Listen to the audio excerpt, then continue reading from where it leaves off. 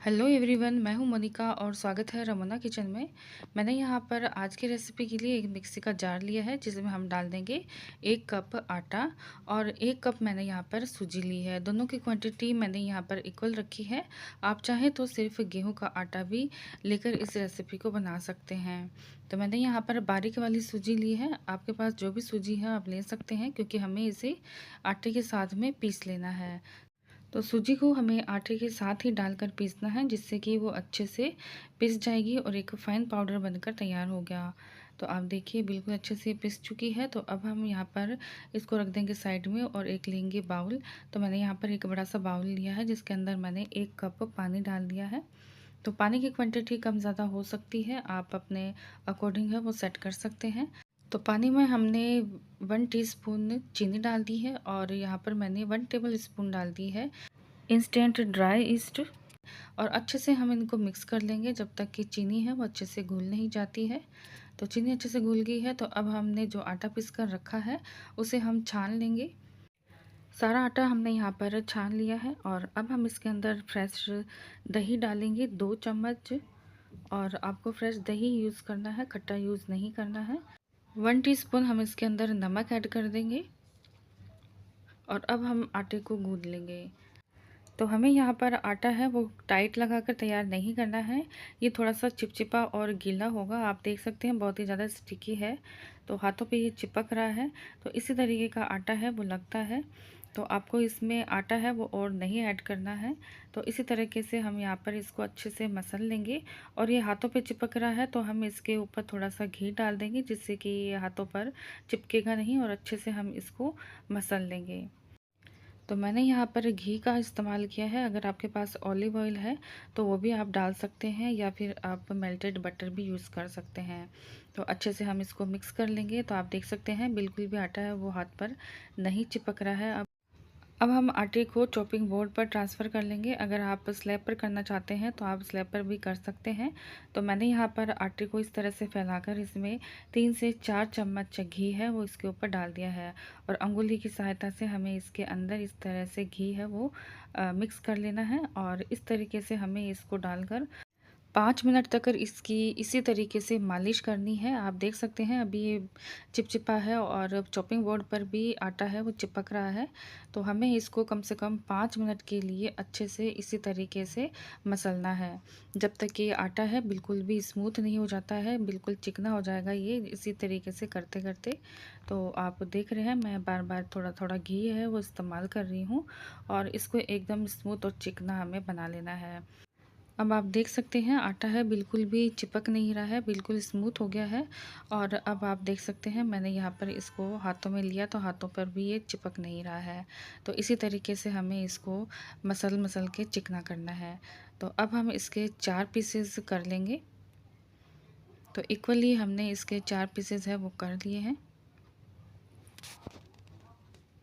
तो अब हम यहाँ पर एक पीस ले रहे हैं और इस तरीके से जैसे मैं आपको बता रही हूँ अंदर की साइड में इसको फोल्ड करते हुए हमें इसे एक बड़ी सी लोई बनाकर तैयार कर लेना है। तो ये देखिए बिल्कुल अच्छे से ये बनकर तैयार हो गया है। तो इसी तरीके से हमने यहाँ पर सारे पीसेस हैं उनको इसी तरह से बनाकर रख देना है।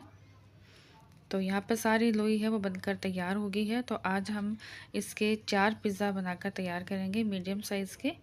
तो अब हम इसको ढककर रख देंगे कम से कम 1 घंटे के लिए। अगर आपके पास ज़्यादा टाइम है तो आप ज़्यादा देर तक भी इसको रख सकते हैं। जितना ही हमारे पिज़्ज़ा का डो फर्मेंट होगा उतना ही बढ़िया हमारे पिज़्ज़ा का जो बेस है वो बढ़िया बनकर तैयार होगा। तो मैंने इसको ढक दिया है और 1 घंटे के बाद में हम इसको चेक कर रहे हैं। तो आप देख सकते हैं कितना डबल ट्रिपल हो गया है, बहुत ही फूल कर। आप देख सकते हैं कितना स्पॉन्जी लग रहा है, इतना अच्छे से फूल कर तैयार हुआ है। तो हमारा ये पिज़्ज़ा का जो बेस है बहुत ही बढ़िया बनने वाला है। तो एक बार इस ट्रिक से आप ज़रूर बनाइएगा। आटे के हैं तो ये हेल्दी पिज़्ज़ा बनने वाले हैं। तो बच्चों को आप कभी भी बनाकर दे सकते हैं। तो अब हम यहाँ पर एक लोई लेंगे और चकले पे मैंने यहाँ पर मक्के का आटा लगा दिया है और इस तरीके से लोई को रखते हुए हाथों से फैला देंगे। हमें इसे मसलना नहीं है, एज इट इज़ हमने लोई को लेना है और हाथों से इस तरीके से फैला देना है, जिस तरह से मैं फैला रही हूँ। आप देख रहे होंगे मैंने यहाँ पर अच्छे से एक कॉर्नर बना दिया है, किनारे बना दिए हैं और अंदर का जो बेस है हमें पतला रखना है, इसलिए हाथों से दबाते हुए हमें इसको पतला करना है। तो ये देखिए बहुत ही बढ़िया से एक हमारा पिज़्ज़ा का बेस है वो बनकर तैयार हो गया है। तो आज मैं यहाँ पर 2 पिज़्ज़ा कढ़ाई में बनाने वाली हूँ और 2 पिज़्ज़ा मैं बनाने वाली हूँ ओवन में। तो मैंने ये जो कढ़ाई में बनाने हैं उसको मैंने प्लेट में मैंने थोड़ा सा मक्के का आटा डालकर उसमें ये बेस है वो रख दिया है, जिससे कि हमें निकालने में दिक्कत नहीं होगी। और उसी प्लेट में आपको रखना है जिसमें आपको इसे बेक करना है। तो मैंने यहाँ पर दूसरा पिज़्ज़ा है वो भी ले लिया है, तो उसको भी हमें इसी तरीके से फैलाते हुए एक बेस तैयार कर लेना है। तो सारे पिज़्ज़ा को हम इसी तरीके से बना लेंगे और इन्हें भी हम ढक कर रख देंगे और ढकने के बाद में हम करेंगे आगे की तैयारी।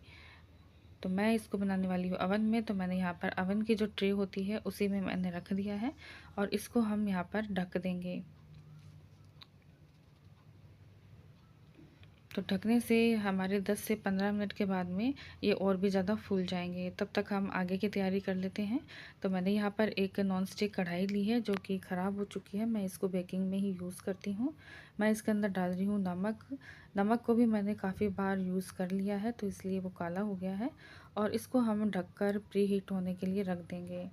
तो अब हम यहाँ पर देख रहे हैं कि पिज़्ज़ा हमारा और भी ज़्यादा फूल गया है और अब हम इसको फोक से बीच में इस तरह से निशान लगा देंगे जिससे कि ये फूलेंगे नहीं। तो हमें इसको बीच में से नहीं फुलाना है, साइड से ये किनारे हैं बहुत ही अच्छे से फूल कर तैयार होंगे। तो हमने सिर्फ बीच बीच में ही फोक से कट करना है।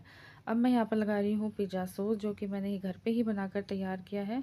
बहुत ही इजीली बन जाता है, आराम से आप इसको घर पर बना सकते हैं। साथ ही मैंने यहाँ पर पिज़्ज़ा सॉस है वो किनारों पर भी लगा दिया है, जिससे कि इसका लुक है और भी अच्छा आएगा जब ये बेक होकर तैयार होगा। तो अब हम इसके अंदर डाल देते हैं चीज़। चीज़ के बगैर तो पिज़्ज़ा अधूरा है। तो चीज़ तो सभी को बहुत ही पसंद होती है। अगर आपके पास चीज़ स्लाइस है तो वो भी आप इसके ऊपर यूज़ कर सकते हैं। तो मैंने यहाँ पर डाल दिए हैं कॉर्न। तो टॉपिंग आप अपनी जो भी पसंद है वो चीज़ों से कर सकते हैं।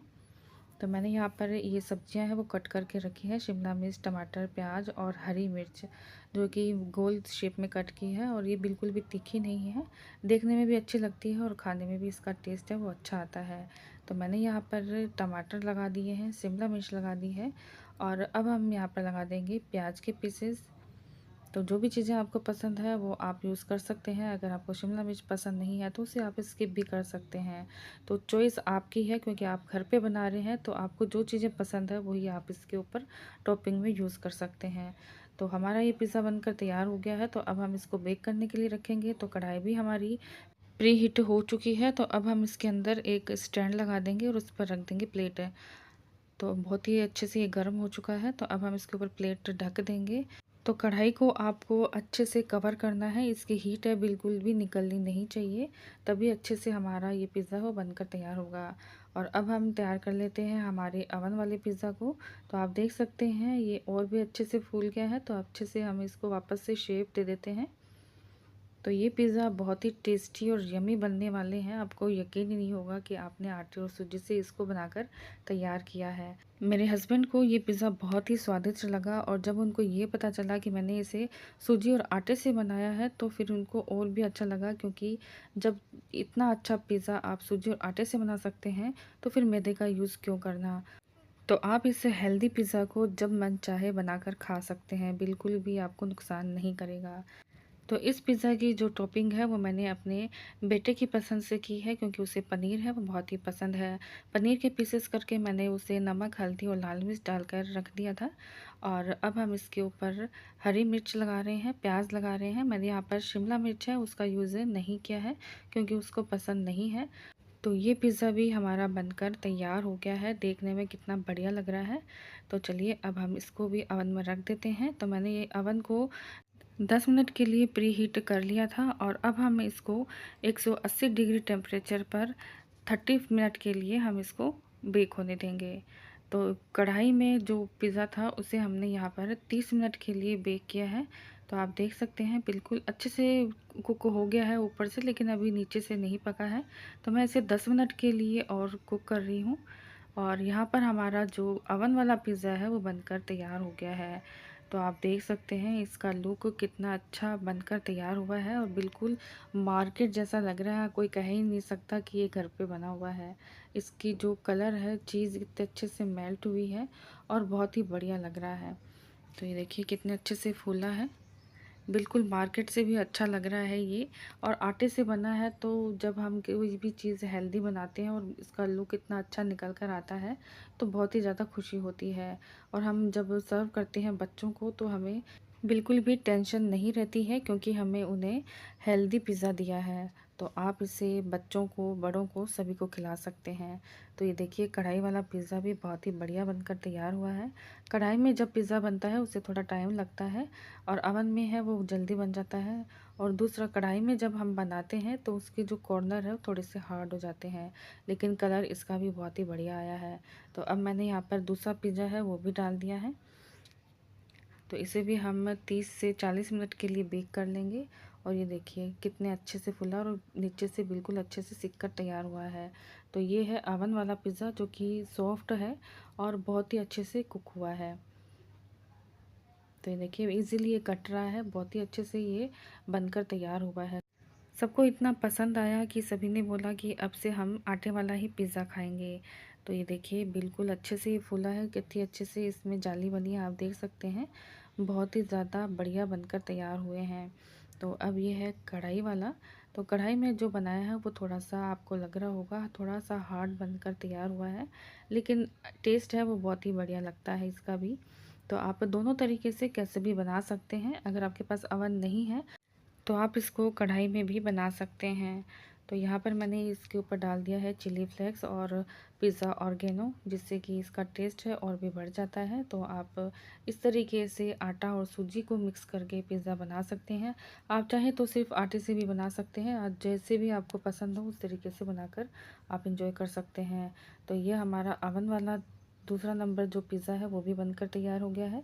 तो ये देखिए ये भी बहुत ही बढ़िया और सॉफ्ट बनकर तैयार हुआ है।